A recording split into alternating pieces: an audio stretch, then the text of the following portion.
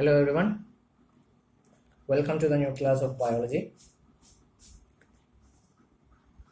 In the previous class we discussed about the spermatogenesis process. What are the different functions of some hormones that takes place in that process? What is the structure of the male gamete? And I think we also had made the diagram, which I haven't made, but you might definitely had made in your notebooks. So in today's class, we will discuss about the oogenesis process as well as the menstrual cycle that takes place in the females, especially in female human body. Okay. So first of all, we will discuss what is oogenesis. We know what is spermatogenesis. Spermatogenesis is the process where a mature male gamete is formed. Oogenesis is the process where a mature female gamete is formed. It is known as oogenesis. Spermatogenesis का process होता है after puberty, लेकिन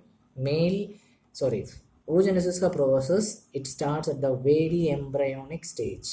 जैसे ही female embryo के stage में रहती है, at that stage itself millions of oogonia female gamete का जो फॉर्मेशन रहता है, मैच्योर फीमेल गैमेट, वो स्टार्ट हो जाता है. ये सारे के सारे जो oogonia है डिवाइड हो जाते हैं, मायोटिक डिवीजन में पार्टिसिपेट कर लेते हैं, प्राइमरी oocytes डेवलप कराते हैं. मेल गेमेट के केस में प्राइमरी स्पर्मेटोसाइट था, यहाँ पर प्राइमरी oocyte. ये प्राइमरी oocyte एक्चुअली इसमें कुछ लेयर, कुछ सेल्स इसके चारों तरफ मंडरा देते हैं, इसको सराउंड कर लेते हैं, एंड ये प्राइमरी फोलिकल बनाना शुरू कर देता है. Okay, primary follicle. अब ये जो प्राइमरी फोलिकल है, ये क्या करेगा, ये धीरे धीरे करके प्यूबर्टी, मतलब चाइल्ड बर्थ से लेके चाइल्ड के प्यूबर्टी स्टेज तक, मतलब फीमेल चाइल्ड के प्यूबर्टी स्टेज तक ये डेवलप होता जाएगा, धीरे धीरे करके डीजनरेट भी होगा. एंड जैसे ही प्यूबर्टी पहुंचती है वो फीमेल, उसके शरीर में 60,000 से लेके 80,000 तक के प्राइमरी फोलिकल्स ही मौजूद रहेंगे. ओके, फिर यही प्राइमरी फोलिकल क्या होगा, इसमें और ग्रैनुलोसा सेल्स प्यूबर्टी स्टेज के बाद सराउंड हो जाएंगे और ये सेकेंडरी फोलिकल बनाएगा. अभी भी एक इंटरेस्टिंग वाली चीज़ ये है कि हमने प्राइमरी oocyte से ये डेवलपमेंट स्टार्ट किए हैं. मेल गैमेट के केस में जो स्पर्मेटोजेनेसिस प्रोसेस है उसमें इतना ज़्यादा कॉम्प्लिकेशन नहीं है. उसमें डायरेक्ट प्राइमरी oocyte, फिर सेकेंडरी oocyte, फिर टर्शरी oocyte, फिर अपना स्पर्मेटिड बन जाता है और उसमें से स्पर्मेटोजोआ, जिसको हम स्पर्म सेल्स कहते हैं. यहाँ पर थोड़ा और कॉम्प्लिकेटेड बन जाता है.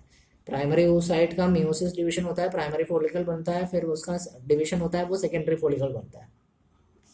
देन इसके बाद इसी सेकेंडरी फोलिकल का ट्रांसफॉर्मेशन टर्शरी फोलिकल में हो जाता है, जो एक्चुअली एक फ्लूइड से फिल किया गया रहता है, which is actually known as antrum, ANTRUM, antrum. अभी भी हम फर्स्ट मियोसिस में हैं. मैं रिपीट करके बता देता हूँ. एक्चुअली ये जो प्रोसेस हो रहा था ना, ये प्राइमरी oocyte का फॉर्मेशन, मियोटिक डिवीजन, ये एक्चुअली प्रोफेज फर्स्ट में होता है. मियोसिस डिवीजन के प्रोफेज फर्स्ट में, आई थिंक 11th में आपने पढ़ाई होगा. मियोसिस डिवीजन 2 सेगमेंट्स में होता है, मियोसिस फर्स्ट, मियोसिस सेकेंड.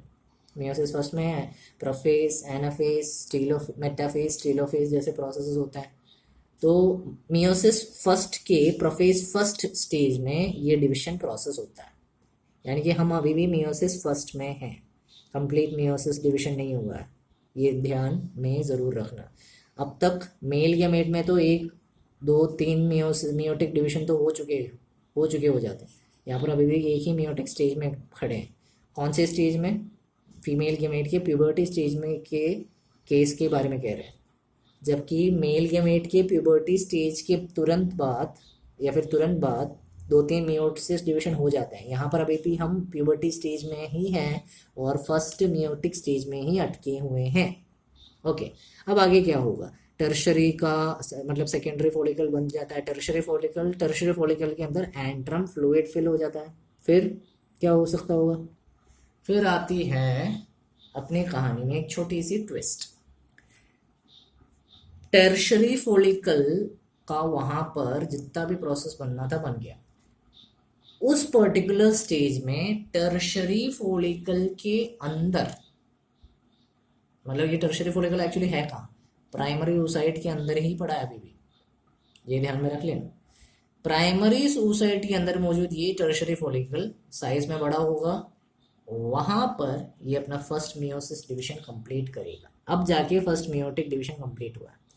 तो अगर आपको डिफरेंसेस पूछा जाता है तो ये आप ज़रूर कह सकते हैं कि प्राइमरी फॉलिकल पाया जाता है मेल्स के, फीमेल्स के केस में, फीमेल्स में प्राइमरी, मेल्स में तो होगा, मेल्स में होगा नहीं।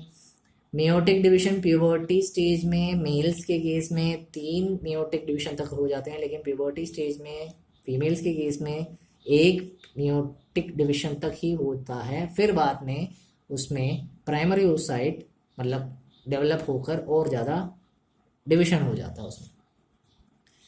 फिर देन व्हाट हैपन्स, जो टर्शरी फॉलिकल रहता है मैंने बताया उस वो साइज में बड़ा होता जाएगा, एंड प्राइमरी oocyte धीरे धीरे करके बड़ा होगा। प्राइमरी oocyte जैसे जैसे करके बड़ा हो जाएगा, ये जो फॉलिकल ग्रो हो रहा है वो वहाँ से एक सेकेंडरी oocyte भी बनाएगा, साथ साथ एक छोटी सी स्ट्रक्चर भी बनाएगी, फर्स्ट पोलर बॉडी। अब ये फर्स्ट पोलर बॉडी का यूज़ क्या है इसके बारे में अभी भी स्टडीज़ चल रहे हैं, ये कहाँ पर यूज़ किया जाता है, क्या ये फर्टिलाइजेशन में काम आता है, इम्प्लांटेशन के वक्त काम आता है, या फिर कहीं पर कहीं ना कहीं ये काम देता है। अभी तक इसके बारे में कुछ एक्सप्लेनेशन, अभी तक कंप्लीट एक्सप्लेनेशन नहीं मिला। So primary oocyte divides or develops into secondary oocyte with along with the first polar body.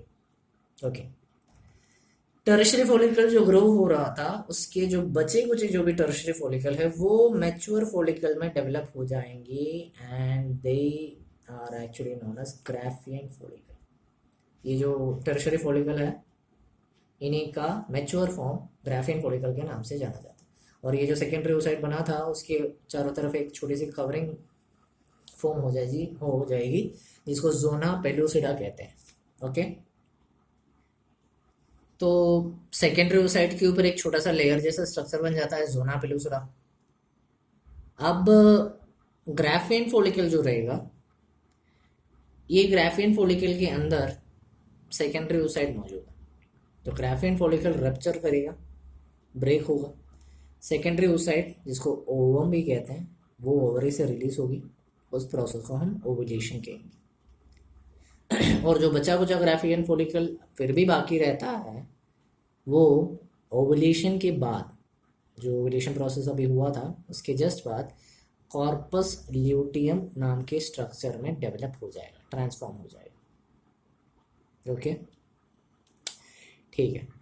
इससे रिलेटेड आपके पास 2 डायग्राम्स रहेंगे, one is in the figure 3.7 and also in figure 3.8। We just make those 2 diagrams. Okay, इन सभी process के लिए अभी तक जितना भी प्रोसेसेस बताया था, सभी प्रोसेसेस के लिए जो भी प्रोसेस होते हैं, हार्मोनल एक्टिविटीज प्यूबर्टी के बाद शुरू होता है इन केस ऑफ फीमेल्स। जो oogenesis प्रोसेस वगैरह होता है हमने अभी कहा प्यूबर्टी के बाद मेनली oogenesis का डेवलपमेंट होता है, लेकिन oogenesis वेरी बर्थ स्टेज से ही स्टार्ट हो जाता है, लेकिन उसकी फिजिकल अपीयरेंस के हिसाब से जो चीज़ होती है वो एक्चुअली मेंस्ट्रुअल साइकिल के टाइम होता है। मतलब यहीं पर इस मेंस्ट्रुअल साइकिल में ही हार्मोनल एक्टिविटीज़ का ज़्यादातर प्रभाव होता है। So what is a menstrual cycle और how does this take place, इसके बारे में देखेंगे। मेंस्ट्रुअल साइकिल एक्चुअली एक रिप्रोडक्शन साइकिल है। It is nothing but a reproduction cycle which takes place in female primates. Female category में आने वाले प्राइमेट्स मतलब ऐसे organisms which comes under the species of primata, means monkeys, apes और humans and gorillas, chimpanzees वगैरह और ओरांगुटन। Monkeys category में वो सारे आ जाते हैं। सो ऐसे एनिमल्स के केस के जो फीमेल प्राइमेट्स हैं उनमें पाया जाने वाला एक रिप्रोडक्शन साइकिल होता है मेंस्ट्रुअल साइकिल। जो ह्यूमन बींग्स का केस का जो मेंस्ट्रुअल साइकिल है वो फीमेल्स में ही होता है, चाहे वो कैसे भी केस में हो फीमेल्स में ही होता है मेंस्ट्रुअल साइकिल। जो मेंस्ट्रुअल साइकिल फीमेल्स का होता है इन फीमेल ह्यूमन बॉडी, वो एक्चुअली 28-29 डेज का रिपीटेड टाइम इंटरवल में होता है। मतलब एक मेंस्ट्रुएशन का प्रोसेस अगर स्टार्ट होता है एक पर्टिकुलर डे में, तो 28-29 डेज बाद अगला साइक्लिक प्रोसेस शुरू होगा। तो इतनी जितनी भी साइक्लिक प्रोसेस अभी हो रही थी, उस पूरे साइक्लिक मतलब स्टार्टिंग से लेके अगले मेंस्ट्रुएशन तक की जो साइक्लिक प्रोसेस है उसे मेंस्ट्रुअल साइकिल के नाम से जाना जाता है। ओके, फीमेल्स में होने वाला सबसे पहला मेंस्ट्रुएशन प्यूबर्टी स्टेज में होता है। oogenesis प्रोसेस होता है starting at very embryonic stage, but in case of females the puberty stage itself, the first menstruation occurs and it is known by the name menarche। उसको कहा जाता है menarche। अब कुछ चीज़ शुरू हो जाती है तो उसको थोड़ा बहुत ख़त्म होना भी तो पड़ता है। So the end of this menstruation, the very last menstruation actually takes place at near about the age of 50। लगभग 50 साल की उम्र में मेंस्ट्रुएशन प्रोसेस होता है। कुछ केसेस में 50 से ज़्यादा भी हो जाता है, लेकिन एवरेज 50 रहता है। That is actually known as menopause, menarche and menopause. Confusion है, कन्फ्यूज वाले वर्ड है। इसके लास्ट में पोज है, पोज का मतलब एंड होना, तो मेनोपॉज मतलब लास्ट स्टेज, तो ऑटोमेटिकली मेनार्क मतलब फर्स्ट स्टेज हो गया। Okay, menopause is the last menstruation stage of a female body or a human body. Menarche is the first menstruation stage of a human body and it mainly occurs in case of human females। और menstruation cycle के बारे में बताया था, it takes place in that period of or a time period of 28 to 29 days। First menstruation से लेके next menstruation cycle के starting तक का जो इवेंट होता है उसे menstrual cycle के नाम से जाना जाता है। अब इतने स्टेजेस में 28 से 29 डेज के बीच में क्या होता होगा वो देखते हैं। अब इस 28 से 29 डेज के गैप के बीच में जो मेंस्ट्रुएशन प्रोसेस होता है वो क्या होता है उसमें एक्चुअली, उसमें होता क्या है, जो मेंस्ट्रुअल साइकिल होता है उस मेंस्ट्रुअल साइकिल के मिडिल में हर एक मेंस्ट्रुअल साइकिल के बीच में एक एक ओवम रिलीज किया जाता है। मतलब हर एक ओवम को रिलीजिंग होती है हर एक मेंस्ट्रुअल साइकिल के बीच में। मतलब 28 डेज है तो 14th डे में रिलीज होगा, 29 डेज के बीच का है तो 15th डे में होगा, इट डिपेंड्स। जो मेजर मेंस्ट्रुएशन प्रोसेस होता है वो 3 to 5 डेज का होता है। इसमें क्या होता है, जो यूट्रस रहता है ह्यूमन फीमेल रिप्रोडक्टिव सिस्टम का यूट्रस, उसकी एंडोमेट्रियम स्ट्रक्चर बताया था। यूट्रस में 3 लेयर्स होता है, पेरीमेट्रियम, एंडोमेट्रियम एंड एक और स्ट्रक्चर भी मौजूद रहता है जिसको हम कहते हैं पेरीमेट्रियम, एंडोमेट्रियम एंड क्या कहते हैं, पेरीमेट्रियम, एंडोमेट्रियम एंड एक और नाम से भी जाना जाता है मिडिल लेयर जिसे कहते हैं myometrium. Perimetrium, endometrium and myometrium. तो इतनी 3 लेयर्स में से जो एंडोमेट्रियम रहता है वो ब्रेक होने लग जाता है, उससे connected blood vessels liquid flow करा देते हैं।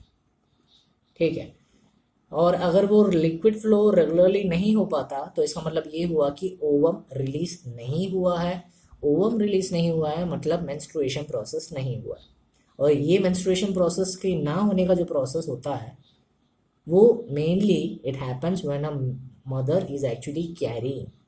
मतलब एक प्रेग्नेंट वुमन में के केस में ऐसा प्रोसेस होता है जब उनके शरीर में ये लिक्विड फ्लो जो होता है, जो एंडोमेट्रियम के ब्रेकिंग की वजह से जो लिक्विड फ्लो होता है अगर वो नहीं हो पाता, it means she is actually carrying. और एक्चुअली हो रहा है then it means that particular body is under menstruation। Okay, फिर क्या होता है उसमें, मेंस्ट्रुएशन का ये जो फेज होता है इसके तुरंत बाद अगला स्टेज होता है फोलिकुलर फेज। क्या होता है इस फेज में, प्राइमरी फोलिकल, सेकेंडरी फोलिकल जानते हो। प्राइमरी फोलिकल को शॉर्ट में हमने ऐसे ले लिया 1 डिग्री, मतलब प्राइमरी फोलिकल जो ओवरी के अंदर मौजूद है वो ग्राफियन फोलिकल में कन्वर्ट हो जाता है। और उसी टाइम में एंडोमेट्रियम जो यूट्रस में मौजूद एंडोमेट्रियम है वो धीरे धीरे करके जो मेंस्ट्रुअल केस में डिजेनरेट हो रहा था वो वापस रीजेनरेट होने लगेगा। अब इतने प्रोसेसेस को, इतने चेंजेस को कराने के लिए कुछ हॉर्मोन्स का भी वहाँ पर होना ज़रूरी है। देखते हैं कौन से हॉर्मोन्स काम करते हैं वहाँ पर। सो इतने चेंजेस के लिए कौन से हॉर्मोन्स का होना वहाँ पर जो ज़रूरी है। One is the pituitary hormone, जिसके बारे में हमने मेल रिप्रोडक्टिव सिस्टम में पढ़ा था। FSH follicle stimulating hormone and LH luteinizing hormone, जो एक्चुअली गोनाडोट्रोपिन्स होते हैं एंड पिट्यूटरी ग्लैंड से ज़्यादातर प्रोड्यूस किए जाते हैं। फिर होते हैं ओवेरियन हार्मोन्स, ओवरी पर डिपेंड करने वाले हार्मोन्स या ओवरी को कंट्रोल करने वाले हार्मोन्स, ईस्ट्रोजन और प्रोजेस्टेरोन। 4 हार्मोन्स यहाँ पर काम करते हैं। मेल्स के केस में तो FSH LH तो होता ही है, लेकिन फीमेल्स के केस में ईस्ट्रोजन, प्रोजेस्टेरोन, FSH LH सारा होता है। और मेल्स के केस में एक और हार्मोन भी बताया था, एंड्रोजन हार्मोन, याद हो तो देख लेना क्या करता है फंक्शन एंड्रोजन। ओके, सो FSH और LH के सिक्रेशन फोलिकुलर फेज को इंक्रीज कर देता है। फोलिकुलर फेज को इंक्रीज करना मतलब ग्राफियन फोलिकल को और ज़्यादा डेवलप कराना, ग्राफियन फोलिकल को और ज़्यादा से ज़्यादा इंक्रीज कराना। अब जो जो दोनों पिट्यूटरी हार्मोन्स जो रहते हैं, जो FSH और LH रहते हैं, वो 14th डे पर आते आते मैक्सिमम लेवल अटेन कर लेते हैं, मतलब साइक्लिक प्रोसेस के बीच में। मतलब 28 डेज का है मेंस्ट्रुअल साइकिल, तो 14th डे में आते आते FSH और LH जो है high value, high peak attain कर लेते हैं। एंड इसी दौरान जो LH रहता है उसके सडन इंक्रीज की वजह से LH सर्ज नाम का एक प्रोसेस वहाँ पर डिप्लॉय हो जाता है। And what happens there, it actually ruptures the Graafian follicle. Graafian follicle जब रप्चर होता है तो वहाँ पर क्या होता है, हमने पढ़ा था कुछ देर पहले, if the Graafian follicle ruptures then the ovum releases. इसको रिलीज करने की वजह maximum LH luteinizing hormone stimulate हो रहा था, सिक्रेट हो रहा था। तो this is happening actually during the follicular phase, मतलब मेंस्ट्रुअल फेज के तुरंत बाद। फिर क्या होता होगा, मतलब 14th डे पर ही ओवम का रिलीज होता है। इतना जो बताया था वो ओवम रिलीज के प्रोसेस के बारे में बताया था। मतलब मेंस्ट्रुअल फेज हो गया, मेंस्ट्रुअल फेज के बाद अगला phase follicular phase, follicular phase के 14th डे में ही ओवम रिलीज प्रोसेस हो जाता है। अब जो भी ओवुलेशन प्रोसेस हो गया था, मतलब अभी जो फोलिकुलर फेज में जो ओवुलेशन प्रोसेस हुआ था, उसके बाद तुरंत एक फेज आता है ल्यूटल फेज। मतलब पहला फेज होगा मेंस्ट्रुअल फेज, मेंस्ट्रुअल साइकिल का। सेकेंड फेज होगा क्या, अभी अभी बताया था, follicular phase. Third phase luteal phase. Luteal phase में ग्राफियन फॉलिकल कन्वर्ट हो जाता है कॉर्पस ल्यूटियम में। मेंस्ट्रुअल फेज में मेंस्ट्रुएशन होगा पहले 14 डेज में, 14th डे में आके आते आते मेंस्ट्रुएशन कंप्लीट हो जाएगा, ओवम रिलीज होगा, फिर फोलिकुलर फेज का डेवलपमेंट। फोलिकुलर फेज के बाद जस्ट अगले दिन से ल्यूटल फेज का डेवलपमेंट शुरू होगा, और ल्यूटल फेज ग्राफियन फॉलिकल्स को ट्रांसफर करेगा कॉर्पस ल्यूटियम में। कॉर्पस ल्यूटियम प्रोजेस्टेरोन की ज़्यादा मात्रा के तहत एंडोमेट्रियम जो रप्चर हो गया था, जहाँ से फ्लूइड निकल रहा था, उसे मेंटेन कराने में मदद करेगा। Okay, so this is all about how menstrual cycle take place. ये बात आपको पहले बताई थी। मेंस्ट्रुएशन अगर नहीं हो रहा है, it means the woman, the particular body is actually carrying, it is a pregnant lady. उनके केस में मेंस्ट्रुएशन प्रोसेस नहीं होगा, वहाँ पर मेंस्ट्रुअल साइकिल एंड हो जाएगा, मतलब इवेंट स्टॉप हो जाएगा। मतलब एक हद तक, एक टाइम तक, मतलब उनमें मेंस्ट्रुएशन प्रोसेस नहीं होगा। तो इसमें एक चीज़ ज़रूर बात ध्यान में रखनी है कि जो साइक्लिक मेंस्ट्रुएशन प्रोसेस होता है वो एक मेनोपॉज मेनार्क के एक्सटेंशन के हिसाब से और रिप्रोडक्टिव फेज के इंडिकेटर के हिसाब से काम करता है। So it is one of the most effective process which takes place in a female body, and also it is actually a boon for each and every female body. Okay, so this is all about today's class. I hope you understood the concepts of this class which has been mentioned, whatever things have been mentioned here. So that's all for today. इसकी diagram एक है 3.9, अभी जितना भी आपको explain किया था उसका एक ग्राफ जैसा स्ट्रक्चर आपको 3.9 फिगर में मिल जाएगा, तो वो डायग्राम भी इसके नीचे बना लेगा। Okay. So stay safe and have a nice day.